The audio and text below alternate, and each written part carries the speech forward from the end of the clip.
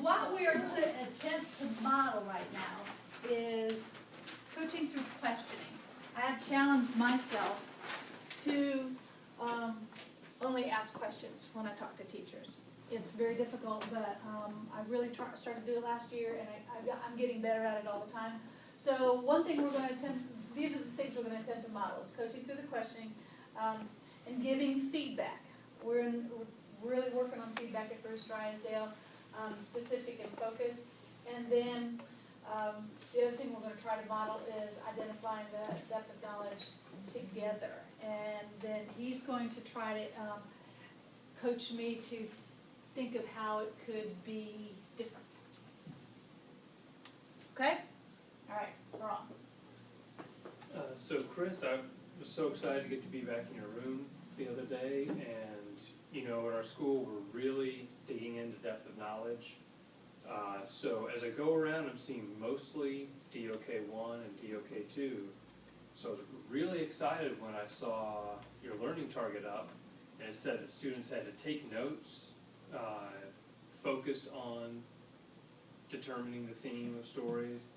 They had to analyze how the author conveyed that theme or how they made it come across, and then they had to write to compare the author's approaches to those themes. And you know, I got to look over some shoulders and pick up some of their writing, and was just blown away by what they were, you know, doing. It's something I never did in school. So my question for you is, I see that as a depth of knowledge 4. They had to analyze everything, they had to find the patterns, and they had to explain it from multiple sources. How did you get these kids to do that? Well, it was very difficult. First, it was a lot of work. I had to find a lot of texts. I had to go to the library and really research the texts that fit this theme that I was thinking about. So I had all my materials laid out, and I had all the text ready to go. The hardest part was getting them to take the notes. They just didn't know how to take notes. So I had to model and model and model, and I had a document camera, and I would just say, put the text right here, and then I model taking the Cornell notes, and they would write it down. So I'd model it, and then they would put it in their journal, and I would model it, and so we just kept modeling and modeling, and finally they were getting the hang of it. They pretty much got the themes. They could pick out the themes. You know, we practiced that a lot. I showed them how we would read a portion of the text, and I'd find some of the details that would lend to a theme, and so I would say, oh, I think the theme's going to be this. So they got pretty good at picking out the theme.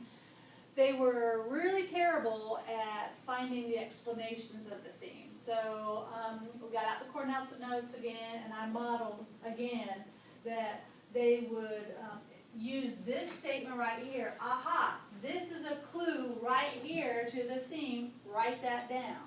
And so they did. And then they worked in small groups to create that paper from their Cornell notes. Mm-hmm. So what I'm hearing you say is you got started and they didn't have the skills they need, so you went back, modeled, scaffolded it so that they had a structure for it. And we know that modeling is very powerful. They need to see the exemplars, they need to hear your thinking.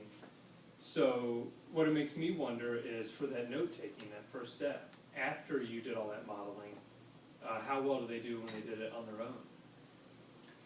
Well, they didn't actually do it on their own. They used the notes that we created together. I was afraid to let them do it on their own. I didn't think they could do it. So you said, though, that when it came to the next step, determining the theme from the notes, they were able to do that. Tell me a little bit more about that. Well, because I would find certain statements in the text that I would say, this is a clue to the theme, and so that I would have them find other statements that were similar to that, and then we'd work in small groups, and then we discuss whether or not it related to the theme. So they got that a little bit easier. Okay, so what depth of knowledge do you think those kids were working in when they did that, when they determined those themes from the notes?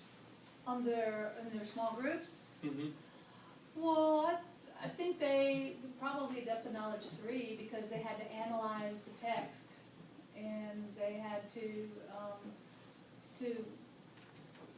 explain their reasoning behind it.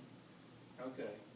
So when we unwrapped this standard together, the ceiling we said was probably a depth of knowledge 4 for your grade levels. That's where we're shooting. So you've just proved that they can do depth of knowledge 3 level thinking, and they were able to determine those themes. So what I'm wondering is what you could do next for the note taking, because it sounds to me like they got stuck at a depth of knowledge 1, where really they were just remembering what you did, maybe moving into a 2, applying it a little bit, but I'm not so sure about that.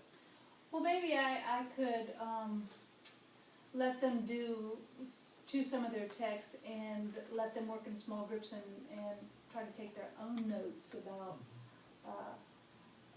about the theme, and instead of using my notes. Mm-hmm.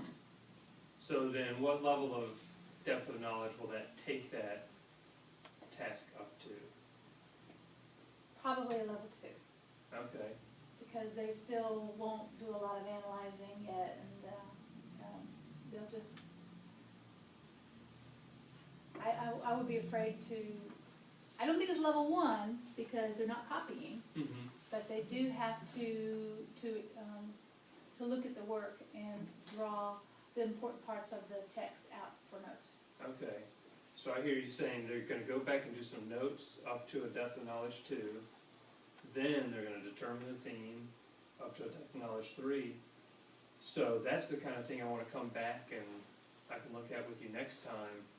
Before we finish up, how is it going to get up to that depth of knowledge 4 after they're successful with those?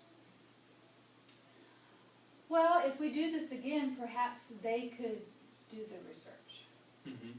Perhaps they could find the literature on the themes, and they could choose the themes instead of me choosing Okay. things and having them support. Yeah, so they've got to do all those steps and then do the support. Well, great. I can't wait to come in and see more. Thank you, Mr. Wells. Scene.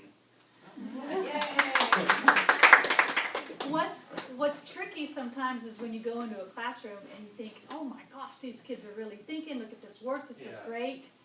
And then, so you leave after 8 minutes because you think that's just going on, and you find out you did all the work. That happens more often than we thought. So, anyway. That was the theme of our modeling, is that what we see is not always really what we're getting. And that's why we highlighted that quote, how deeply do the students